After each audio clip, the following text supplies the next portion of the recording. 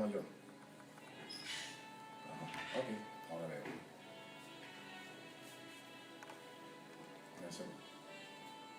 Que Dios te bendiga mucho. Soy el pastor Juan Emilio Morales Dávila. Dios nos ha dado este día hermoso y vamos a compartir contigo una palabra. Así que te invito a que te mantengas atento. Voy a estar utilizando el Salmo 103, algunos versos. Y el tema que he escogido es: Dios es un Padre amoroso y compasivo. Te invito a que escuches la palabra del Señor. Bendice, alma mía, a Jehová, y bendiga todo mi ser su santo nombre. Bendice, alma mía, a Jehová, y no olvides ninguno de sus beneficios. Él es quien perdona todas tus iniquidades, el que sana todas tus dolencias, el que rescata del hoyo tu vida, el que te corona de favores y misericordias, el que sacia de bien tu boca, de modo que te rejuvenezcas como el águila. Jehová es el que hace justicia y derecho a todos los que padecen violencia. Sus caminos notificó a Moisés y a los hijos de Israel sus obras. Misericordioso y clemente es Jehová, lento para la ira y grande en misericordia. No contenderá para siempre, ni para siempre guardará el enojo. No ha hecho con nosotros conforme a nuestras iniquidades, ni nos ha pagado conforme a nuestros pecados. Porque como la altura de los cielos sobre la tierra, engrandeció su misericordia sobre los que le temen.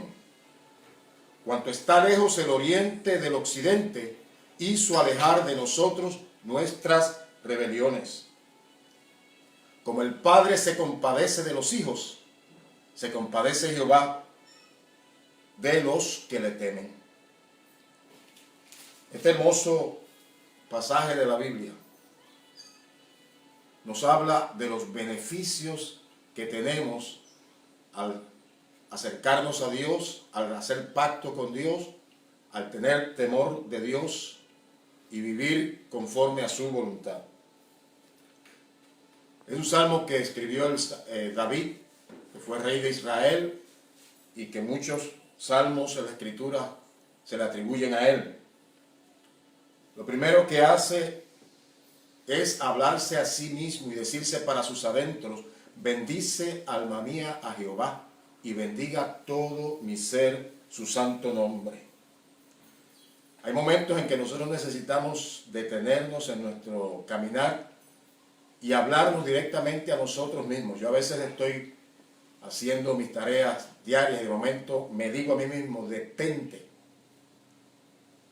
adora al Señor. Y eso hago, me detengo por un momento y comienzo a exaltar el nombre de nuestro Señor. Aquel que un día vino a mi vida, me dio salvación y vida eterna, y que me ha estado acompañando y que me ha estado mostrando su amor, su misericordia, y que me ha dado muchísimos beneficios.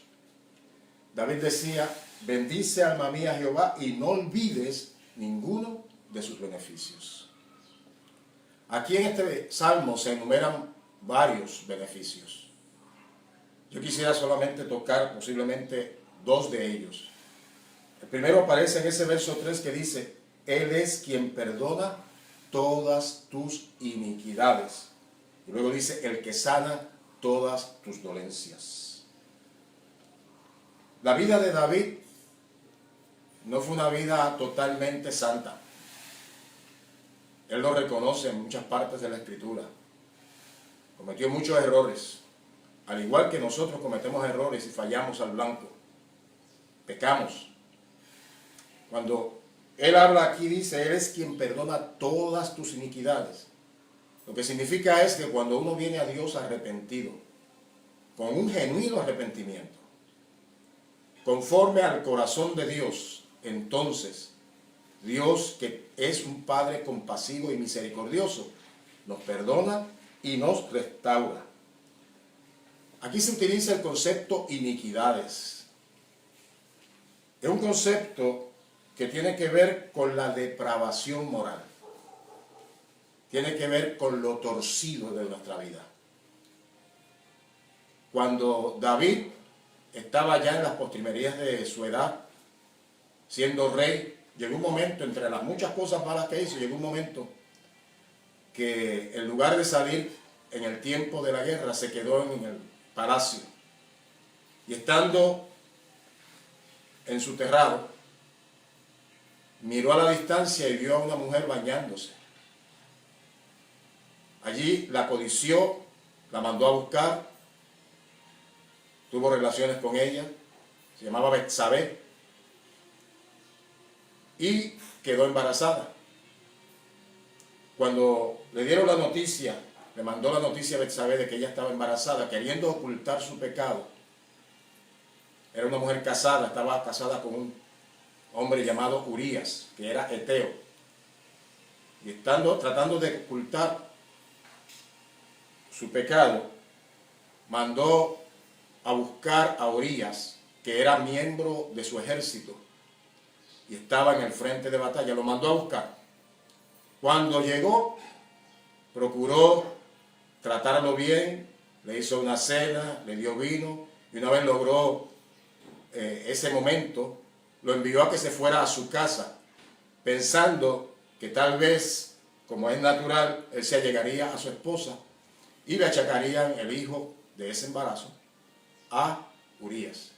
Sin embargo, Urías, teniendo sentido de solidaridad con los demás soldados que estaban en el frente de batalla, se quedó cerca del palacio y se dijo a sí mismo: ¿cómo yo voy a descender a mi casa a compartir con mi esposa mientras mis compañeros están en peligro? Así que en la mañana le avisaron a David de que Urías no había descendido a su casa. Y cuando fue esta la situación, le volvió a llamar. Esta vez volvió a tratarle bien y luego escribió una carta y se la envió a su general Joab por manos de Urías. Y en palabras muy sencillas decía la carta, que estaba sellada y no la podría abrir Urías: maten al portador. Allí se le decía al general: cuando estén en el frente de batalla y arrecie el momento, pongan a Urías al frente y luego retírense de él para que muera. Cuando así lo hicieron, le mandaron la noticia a David y él pensó que con eso ya había ocultado su pecado. Pero Dios, que ve todas las cosas, Dios que amaba a David y nos ama a nosotros, procura convencernos de pecado, procura señalar nuestras faltas de manera tal que nosotros podamos mirarnos, reconocer nuestra falta y volvernos a Dios pidiendo su perdón, pidiendo su ayuda para ser rescatados y ser restaurados. ¿Qué hizo Dios? Le habló a un profeta llamado Natán y lo envió a palacio. Y cuando el profeta llegó, le hizo una parábola, le contó una historia. Y entonces David, que era el rey que podría mandar inclusive a matarlo, escuchó la historia del profeta. David era temeroso de Dios aún con todas sus faltas. ¿Qué le dijo Natán? Le dijo: mira, había dos hombres aquí en nuestro lugar, que uno de ellos era muy rico y le llegó una visita. Tenía muchos bienes, ovejas, vacas, todo lo necesario. Pero había también otro hombre muy pobre que tenía solo una corderita, la cual había criado de su propia mano, la trataba como parte de su familia. Y este hombre rico, en lugar de tomar una de sus ovejas o vacas, fue y tomó la corderita de este hombre pobre, la guisó y le dio de comer a su invitado. Cuando David estuvo escuchando esta historia, se enojó, dice la Biblia. Dijo: estas cosas no pueden suceder en mi reino. La persona que hizo tal cosa es digno de muerte. Es interesante que todos nosotros, al igual que David, aun cuando fallamos, cometemos grandes errores, pecamos, en lo profundo de nuestro corazón siempre hay un sentido de justicia y de solidaridad con el que padece y sufre, aun cuando nosotros estemos haciendo algún mal. Esa dinámica de nuestra vida a veces no la podemos entender, pero en ese momento afloró en su corazón un sentido de justicia y dijo, la persona que tal hizo es digno de muerte.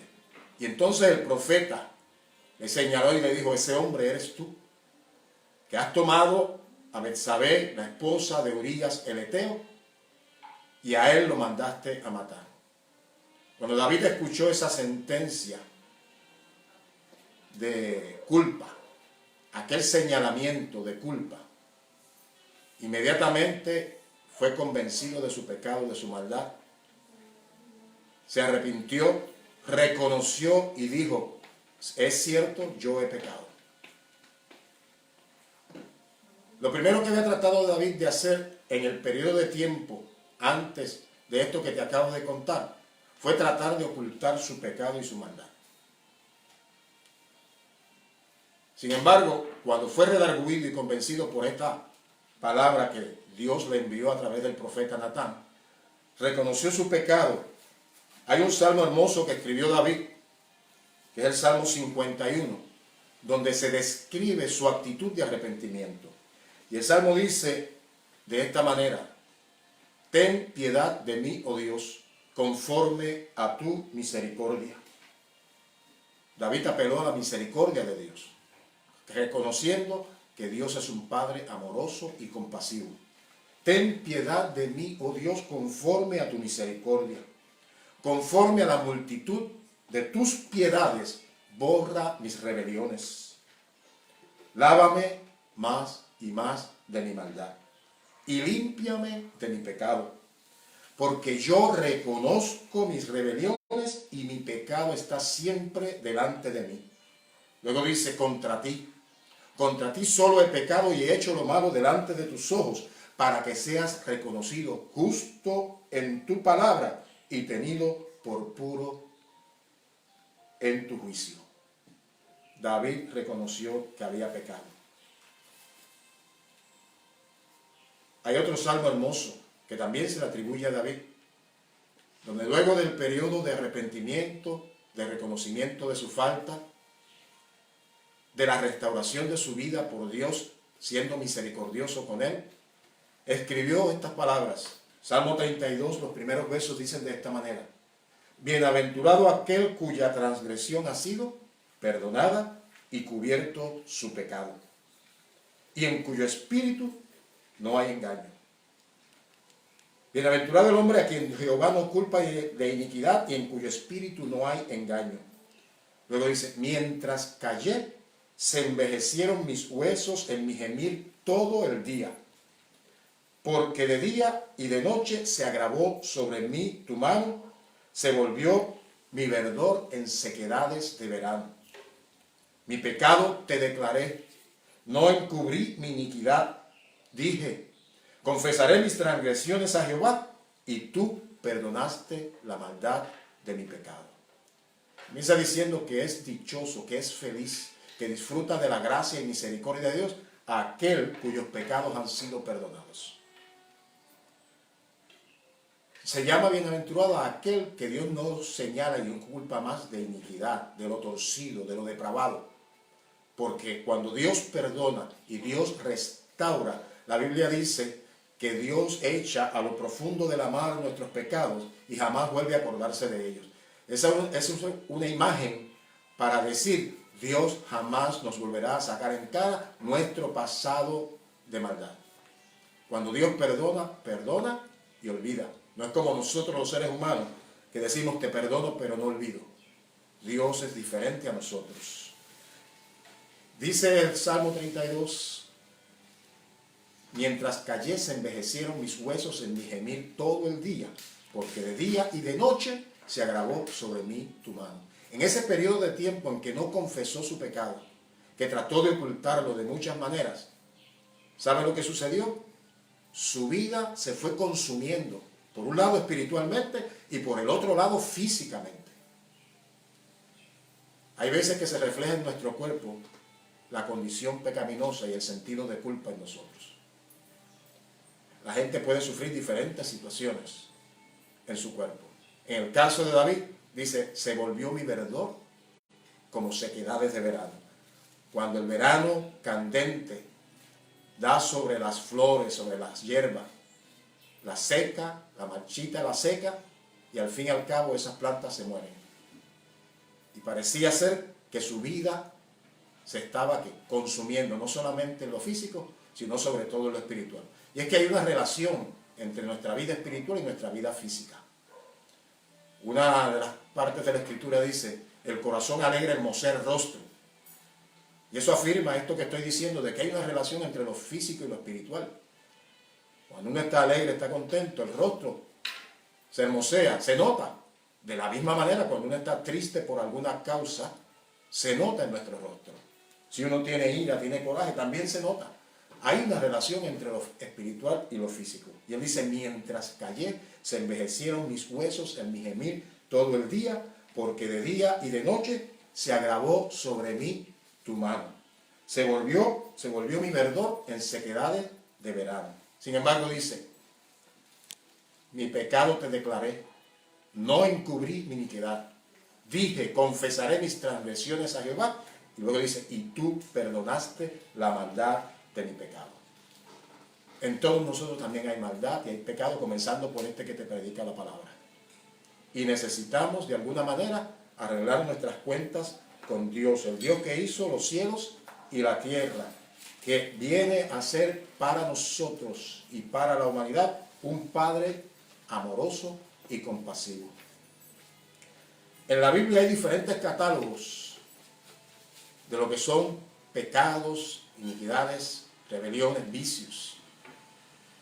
Uno de ellos aparece en la carta del apóstol Pablo a los Gálatas, donde se destacan algunos de estos pecados que muchos de nosotros cometemos. Tal vez no cometemos algunos, pero cometemos otros.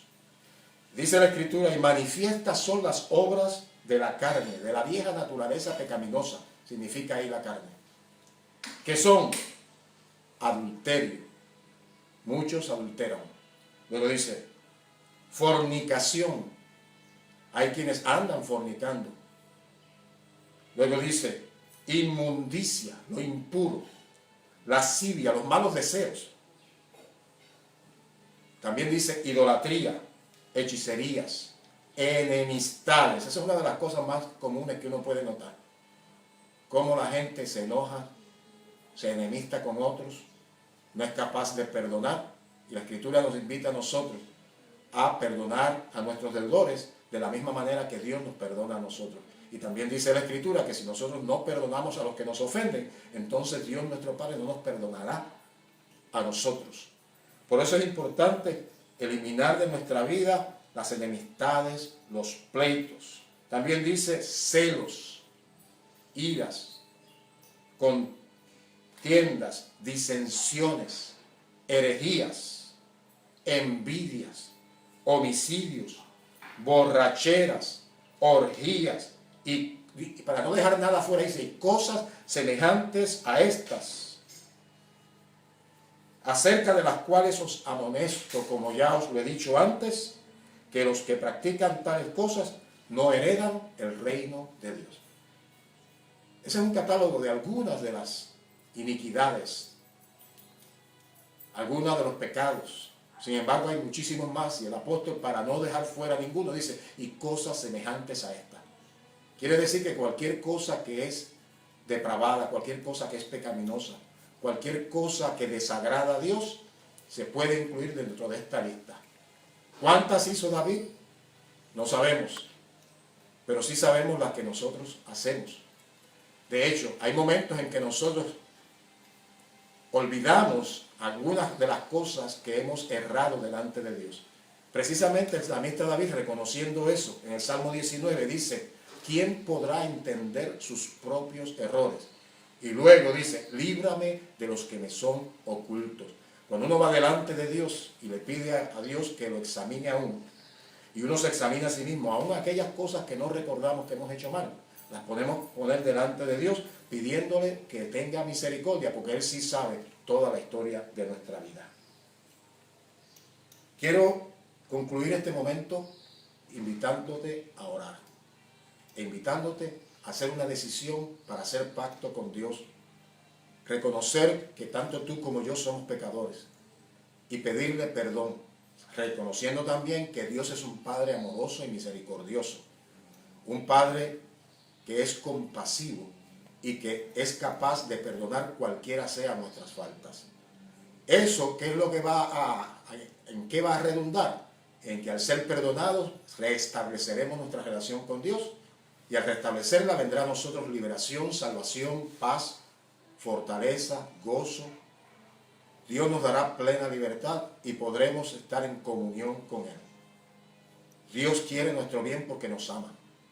Así que te invito a que tomes una decisión en esta hora, recibiendo a Dios, recibiendo al Señor Jesús como Salvador y haciendo pacto con Dios. Vamos a orar y te invito a que repitas esta oración conmigo. Di conmigo: Padre, en el nombre de Jesús, me acerco a ti solicitando que me perdones. Reconozco como David que he pecado. Confieso y me arrepiento. Y te pido en el nombre de Jesús que me perdones y me restaures y me ayudes de aquí en adelante a hacer tu voluntad. Gracias por ser un Padre amoroso y compasivo y mostrarlo no solamente a través de la Biblia a muchas personas, sino también mostrarlo a mí. En el nombre de Jesús. Amén. Si has hecho esta oración juntamente conmigo, yo te invito a que busques un lugar donde congregarte, donde puedas escuchar la palabra del Señor, donde puedas crecer espiritualmente. Si no tienes un lugar donde asistir y estás en Puerto Rico y estás cercano a nuestro lugar, aquí en la comunidad Juan Sánchez de Bayamón, allí estamos nosotros. Soy el pastor de la Iglesia Cristiana Discípulos de Cristo de la comunidad Juan Sánchez en Bayamón. Juan Emilio Morales Dávila, para servirte. Dios te bendiga.